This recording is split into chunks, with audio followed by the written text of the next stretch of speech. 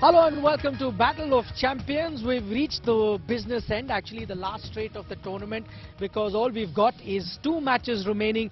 There were 3 just a short while ago. 1 semi-final done and dusted, and Pakistan have made it through to the finals. Now it's over to India. They're up against tough opposition in England. They were the semi-finals last time around England, and remember they're also the 50-over world champions. So a good white ball team up against a team that have kind of underachieved in the last few years.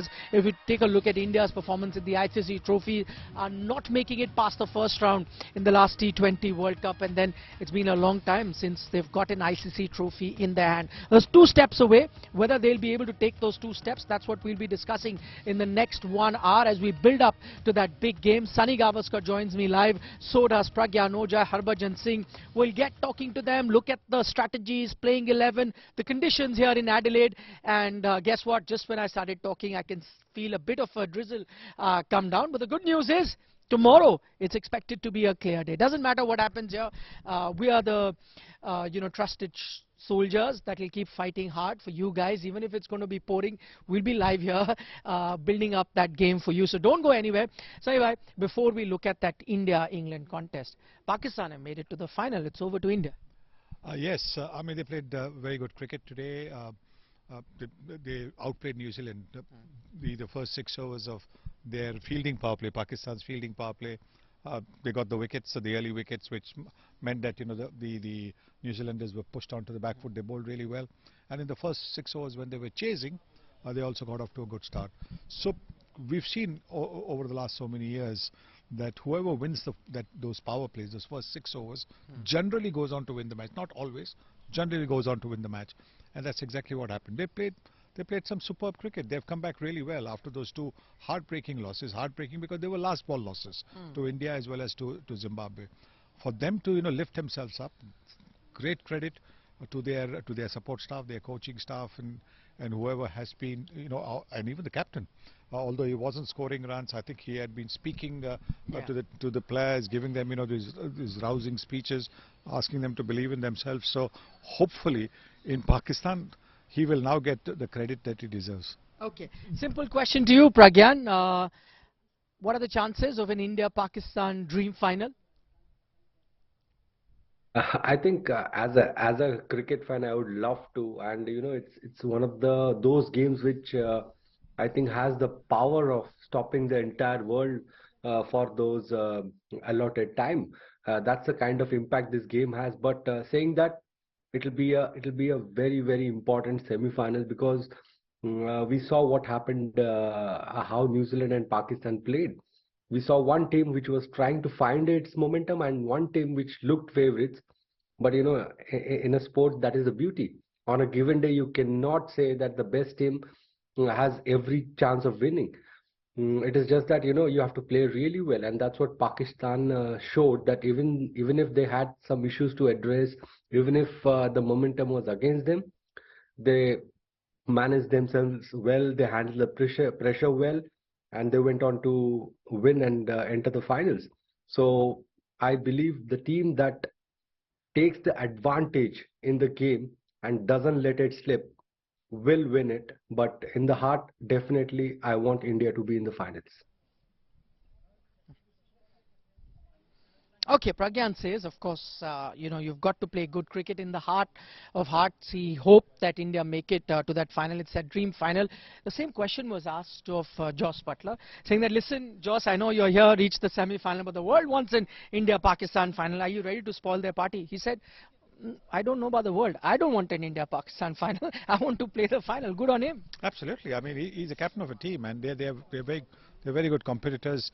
They've been playing some refreshingly attractive cricket over the last maybe a year or so. They've got a very good record in white ball cricket. They've done well against India in the T20 format as well. So I know we all are looking for that India-Pakistan finals, but this match against England is not going to be easy at all. Okay, we're bringing you Battle of Champions live from Adelaide in Australia, and we've had to slightly move our location because it started to drizzle. It has been raining on and off this evening on the eve of that big India versus England semi-final. But before you start fretting over, get worried about the weather conditions, let me lay all those fears to rest. Good news tomorrow. The weather forecast is clear. India have been very lucky in this tournament. They've got to play each of their games. None of those games have been a washout, so that luck I think continues, and you might just get to see entire quota of 40 overs when India and England play. But Saeed, the one thing that has also changed last time around you and I were here, it was a Bangladesh game and it felt like we were in Siberia. It was freezing cold, and now it's nice and warm. You think Indian team, being a subcontinental team, would enjoy this? Had it been as cold as before, those would have been conditions that England would have been more comfortable. Absolutely. I think, you know, the Indian players, most players, of course, like the sun on their backs, but say from the Caribbean or from the subcontinent who play our cricket in the summer when the sun's on your back, I think that's exactly what they would want. Mind you, we're talking about a late start. You're talking about a 6:30 start over here local time. So it really won't matter. The sun will not matter. But obviously, if it is cold, it becomes a problem for the spinners to be able to grip the ball and give it the tweak that they want. On these pitches, of course, they won't get much turn. But also, I think for the fielders in the deep or the fielders trying to stop a single and who come close to the bat, and when the ball is driven hard at them, all those things can make a difference. So clearly, I think if the sun is out, if the weather is warmer, then India will feel a lot more comfortable. Pragyan, Sanibai, as he's saying, you know, these would be conditions if it's warm. It's expected to be warm. No rain expected here on game day.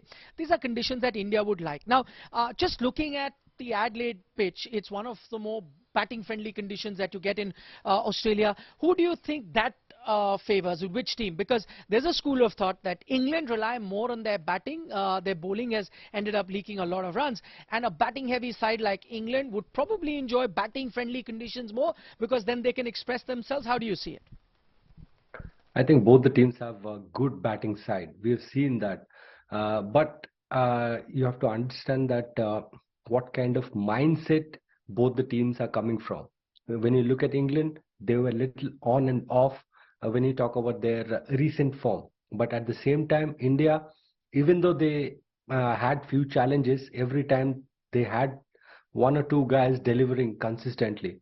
So that is the difference. That is what Josh Butler will be keeping a very close eye on, because they know that India has those strong middle order batsmen who can change the game. You know, adding those extra 30-40 runs, we've seen very rarely other teams have done. That is where India has a little bit of more advantage. So I'm saying it will be a very good contest between India and England, but India with the current middle order, I think they are little ahead, because still England's middle order is trying to find some form. They are good hitters, but in a crunch game, in a big game, you need players who can take the game along. And when you talk about take the game along, you've got someone like Surya Kumar Yadav, you've got if Rishabh Pant is playing, Rishabh Pant can do that. We've seen Hardik Pandya doing that, and obviously Virat Kohli.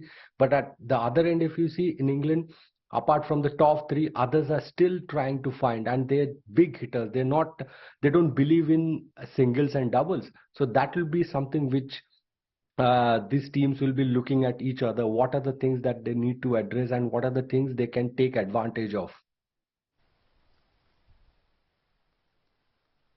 Saima, just to take on from what Pragyan is saying, the English middle order is not firing. Now, we got so used to England redefining the way white ball cricket is played. Many said that, you know, that new template of going hammer and tongs has been, you know, England's template, and they've been playing their cricket like that. I remember just the series before the World Cup against Australia, they got 200 in a T20 game. But this tournament, they've not really been, you know, setting the stage on fire. Why do you think that is down to? Is it because World Cup games are different, they're high pressure games because of that, or do you think the conditions or the opposition is dictating that? The boundaries as well. Long boundaries make a big difference. We saw that with the West Indians, powerful you know, strikers of the ball, but who were caught in the deep. You also got to take into account, I know you can get carried away in a T20 game because you have to try and score off every ball. You try and score maximum of every ball. But you also got to see which way the wind is blowing. Sometimes when you're hitting into the wind, the ball doesn't quite go as far as you would want, because the wind over here, the strength of the wind is quite hard. And when the West Indies were playing in Hobart, open ground, not stands. Stands can sometimes cut the wind down to a great extent. But all these things are issues that captains have to think about. Who is going to bowl the final over? Who's going to be, you've got to bowl the final over with the wind so that the batsmen are hitting into the wind. So the ball might not go for a six, might be caught in the deep. Those are the kind of things that you've got to see when you begin, even you're defending a thing. And what has happened with England is they've also tried to go, the guys like Livingston, etc., have tried to go hammer and tongs from the first ball. Yeah. At the international level, in a warm-up game, it's fine. In a bilateral series, it's fine. In a multi-country event, for some reason, the tension is that much more. Because again in the bilateral series there's another match, the group stages there's another match.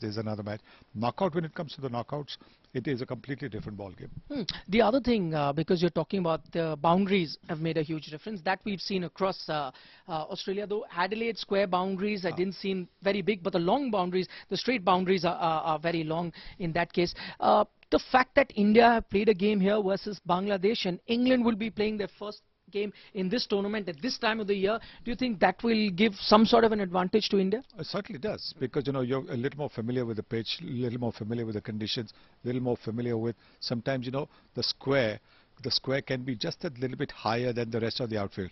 So you can actually be in a situation where the slope can make a difference with the way you attack the ball, we don't attack. So that familiarity is also something that India will have the advantage of, for the simple reason they have played here before. Okay, Harbhajan Singh is also with us. Harbhajan, we were talking about the conditions here in Adelaide, how they've changed in the period of just 5 days. Also the boundaries here, not as big as what we saw at Perth and Melbourne. All this in mind, do you think India would look at a few changes in their playing 11? I don't think Team India will look to change too many, players in their lineup, because I think they have stuck with one kind of a team, which obviously been playing from the game one. And the only change we'll see probably Rishabh Pant playing the game instead of Dinesh Karthik. Obviously, he played the last game as well. But apart from that, I don't see any other changes. I would have liked to see Yuzvendra Chahal in the previous game, but they didn't play him. So I don't think that Team India will play Yuzvendra Chahal.